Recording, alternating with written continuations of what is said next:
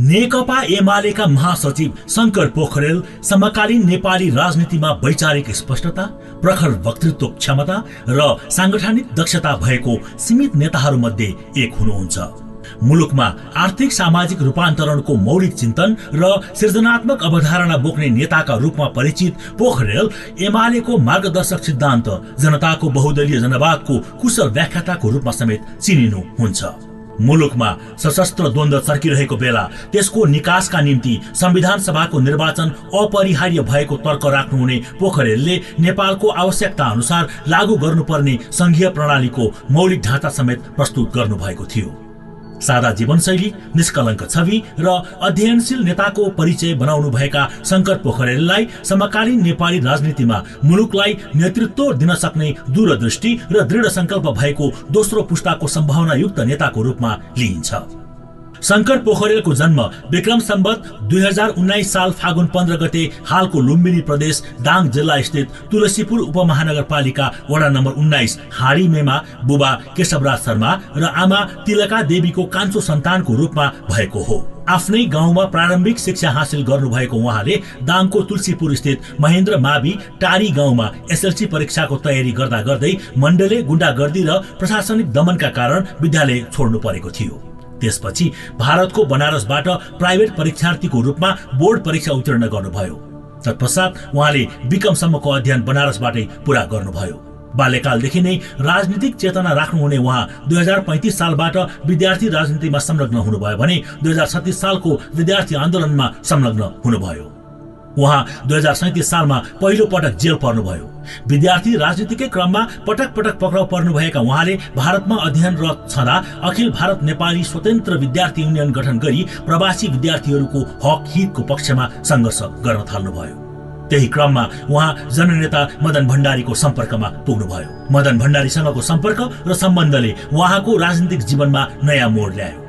नेता भण्डारीकै मार्गदर्शन र प्रेरणामा पोखरेल 2042 सालमा नेपाल फर्किएर विद्यार्थी राजनीतिमा संगठित र क्रियाशील हुन थाल्नुभयो। अखिल भारत नेपाली स्वतन्त्र विद्यार्थी युनियनको प्रथम अध्यक्ष लगायतको जिम्मेवारीलाई कुशलतापूर्वक निर्वाह गर्नुभएका पोखरेलले नेपाल आएपछि अखिल नेपाल राष्ट्रिय स्वतन्त्र विद्यार्थी युनियन अनिराष्ट्रव्यूहको बागमती अञ्चल कमिटीमा रहेर काम गर्नुभयो। त्यसपछि 2045 सालमा उहाँ देशको सबैभन्दा ठूलो र प्रतिष्ठित विश्वविद्यालय त्रिभुवन विश्वविद्यालयमा स्वतन्त्र विद्यार्थी युनियनको सभापति बन्नुभयो। त्रिवीको सोभियो सभापतिको रूपमा उहाँले विद्यार्थीको हक अधिकार, शैक्षिक सुधार र प्राज्ञिक स्वतन्त्रताको साथै राजनीतिक मुद्दामा समेत नेतृत्वदायी भूमिका निर्वाह गर्नुभयो। विद्यार्थी नेताको रूपमा उहाँले चलाएका अभियान निरङ्कुश पञ्चायती व्यवस्थाको अन्त्य र बहुदलीय प्रजातन्त्रको स्थापनाको निम्ति बलियो आधार बनेको थियो। त्यस क्रममा विद्यार्थी समुदायको साथै विश्वविद्यालय तहमा स्थापित भएको लोकप्रियताले उहाँको सार्वजनिक छवि, विश्वसनीयता र राजनीतिक उचाइ समेत थपिँदै गयो। 2046 सालमा पञ्चायती व्यवस्था अन्त्यको लागि भएको जनआन्दोलनमा विद्यार्थी फाँटबाट नेतृत्वदायी भूमिका निर्वाह गर्नुभएको पोखरेल अनिराष्ट्रव्यूहको उपाध्यक्ष हुँदै 2047 सालमा माले मार्क्सवादी एकतासँगै भएको नेप्रव्यूह संघको एकता पश्चात अनिराष्ट्रव्यूहको केन्द्रीय अध्यक्ष बन्नुभयो। उहाँ अध्यक्ष छँदा भएको सोभियो निर्वाचनमा अनिराष्ट्रव्यूहले उल्लेख्य सफलता हासिल गर्यो। विद्यार्थी नेताको रूपमा लोकप्रियता हासिल गर्नुभएका पोखरेल 2051 सालमा प्रतिनिधि सभा सदस्यको जिम्मेवारीसँगै पार्टी राजनीतिमा क्रियाशील हुनुभयो। 2054 सालमा तत्कालीन विद्यार्थी नेत्री सुजिता साक्यसँग जनवादी विवाह गर्नुभएका पोखरेल दम्पतिका 2 छोरीहरू छन्। 2051 सालमा भएको आम निर्वाचनबाट नेकपा एमाले देशकै ठूलो राजनीतिक दलको रूपमा स्थापित भयो। मनमोहन अधिकारीको प्रधानमन्त्रीत्वमा प्रथम कम्युनिस्ट सरकार गठन भयो। पोखरेल त्यही अवधिमा पार्टीको प्रचार विभाग प्रमुख बन्नुभयो र सरकारलाई लोकप्रिय बनाउन महत्वपूर्ण भूमिका खेल्नुभयो। एमालेको 2054 सालमा नेपालगञ्जमा सम्पन्न 6औं महाधिवेशनबाट केन्द्रीय सदस्य बन्नुभएका पोखरेल 2059 सालमा जनकपुरमा सम्पन्न 7औं महाधिवेशनबाट पुनः केन्द्रीय सदस्य हुनुभयो। 2065 सालमा बुटवलमा सम्पन्न 8औं महाधिवेशनबाट सचिवमा निर्वाचित हुनुभएका पोखरेल 2071 मा सम्पन्न 9औं महाधिवेशन पछाडि पार्टी स्थायी समिति सदस्यको भूमिकामा रहनुभयो।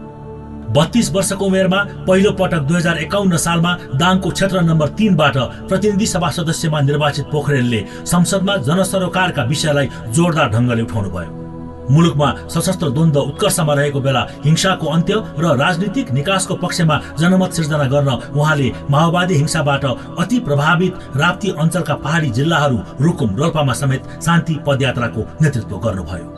2059 माघमा जनकपुरमा भएको एमालेको 7औं महाधिवेशनमा उहाँले अब संविधान सभाबाट नै राजनीतिक निकास खोज्नुपर्छ भन्दै प्रस्ताव लैजानुभयो।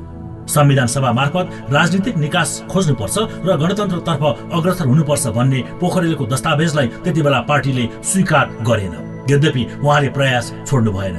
2060 सालमा संविधान सभा राज्यको पुनर्संरचना र समावेशी लोकतन्त्र नामक पुस्तक लेखेर मुलुक संघीयतामा जानुपर्ने प्रष्ट दृष्टिकोण अघि सार्नुभयो र पार्टीलाई राज्य पुनर्संरचनाको पक्षमा उभ्याउन भूमिका खेल्नुभयो।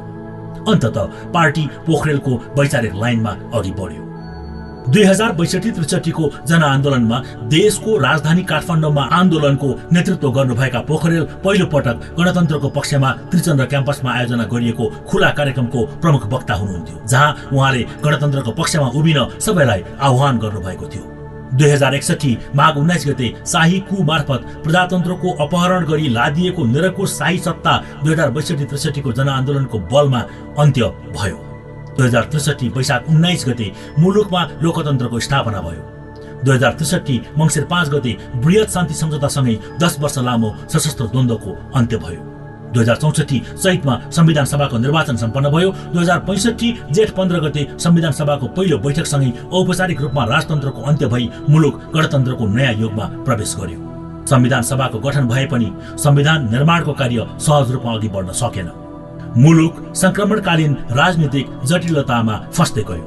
पहिलो संविधान सभाबाट सबैभन्दा ठूलो दल बनेको नेकपा माओवादी सरकार सञ्चालनमा असफल भएपछि 2066 सालमा नेकपा एमालेको नेतृत्वमा नयाँ सरकार गठन भयो। संविधान सभा सदस्य समेत रहनुभएका पोखरेल सूचना तथा संचार मन्त्री बन्नुभयो। त्यस क्रममा नेपाल सरकारको प्रवक्ता समेत रहनुभएका उहाँले संक्रमणकालीन राजनीतिक जटिलताको व्यवस्थापनका साथै नेपाल सरकारको सेवा प्रवाह, सूचना प्रविधिको पहुँच, विस्तार एवं मन्त्रालय र अन्तर्गतका निकायको संस्थागत विकासमा महत्त्वपूर्ण योगदान गर्नुभयो। नेपालले स्पेसको अधिकार गुमाएको अवस्थामा उहाँकै पालामा स्पेसको गुमेको अधिकार फिर्ता ल्याउने काम भयो। नेपालको आकाशमा विदेशी च्यानलको निर्वाह प्रवेशलाई नियन्त्रण र व्यवस्थापन गर्न कानून बन्यो। यस्तै नेपाल टेलिकमको डाटाको प्रयोगमा जोड दिने र सूचना महामार्गको विकासको अवधारणा पनि सोही समयमा अघि बढाइयो। फलतः नेपालले दूरसञ्चारको क्षेत्रमा महत्त्वपूर्ण फड्को मार्न बलियो आधार बन्यो। पहिलो संविधान सभा संविधान जारी गर्न असफल भएपछि 2070 सालमा सम्पन्न निर्वाचनबाट गठित दोस्रो संविधान सभाले 2073 असोज 3 गते नयाँ संविधान जारी गर्यो। नयाँ संविधान बमोजिम संघीय प्रणाली अन्तर्गत 2074 मङ्सिरमा सम्पन्न निर्वाचनमा पोखरेल दाङ क्षेत्र नम्बर 2 कबाट प्रदेश सभा सदस्यमा निर्वाचित हुनुभयो। त्यसपछि उहाँ तत्कालीन प्रदेश नम्बर 5 हालको लुम्बिनी प्रदेशको पहिलो मुख्यमन्त्री बन्नुभयो। मुलुकमा पहिलो पटक स्थापित प्रदेश संरचनाप्रति जनअपेक्षा अत्यधिक थियो भने पूर्वाधार, शासकीय अनुभव र स्रोत साधनका दृष्टिले चुनौतीको पहाड खडा थियो। मुख्यमन्त्रीको हैसियतमा शून्यको अवस्थाबाट कार्य प्रारम्भ गर्नुभएका पोखरेलले समृद्ध प्रदेश, खुशी जनता लक्ष्यका साथ नागरिकमा सेवा प्रवाह, विकास निर्माण, समृद्धि र सुशासनको क्षेत्रमा उल्लेख्य योगदान गर्नुभयो। हरेक प्रदेशका लागि सबैभन्दा महत्त्वपूर्ण र प्रमुख चुनौती प्रदेशको नामाकरण र राजधानीको निर्धारण थियो। यद्यपि उहाँको कुशल नेतृत्वकै कारण निरन्तर छलफल र बहसको प्रक्रियाद्वारा 3 वटा आञ्चलिक मनोविज्ञानलाई जोडेर एउटा साझा मनोविज्ञान तयार गरी प्रदेशको स्थायी राजधानी दाङको देउखुरी उपत्यका र प्रदेशको नाम लुम्बिनी राख्न सम्भव भयो।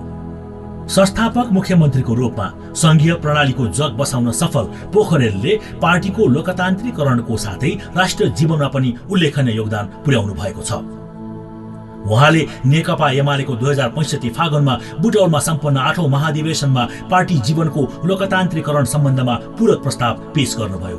यस्तै 2071 साल असारमा काठमाडौँमा सम्पन्न पार्टीको 9औं महाधिवेशनमा उहाँले प्रस्तुत गर्नुभएको मुलुकको आर्थिक सामाजिक विकास र रूपान्तरण सम्बन्धी अवधारणा अर्को महत्त्वपूर्ण दस्तावेज बन्न पुग्यो। राष्ट्रिय राजनीतिका प्रमुख मुद्दाहरूमा पार्टी दृष्टिकोणको निर्माण गर्न पोखरेलले निरन्तर नेतृत्वदायी भूमिका खेल्नु भएको छ। नेकपा एमाले र माओवादी केन्द्रको एकीकरणपछि गठित नेकपामा उत्पन्न मतभेदलाई अन्त्य गरी पार्टी एकतालाई अक्षुण्ण राख्न उहाँले निरन्तर संवादमा रही अथक प्रयास गर्नुभयो। यद्यपि त्यो सफल हुन सकेन।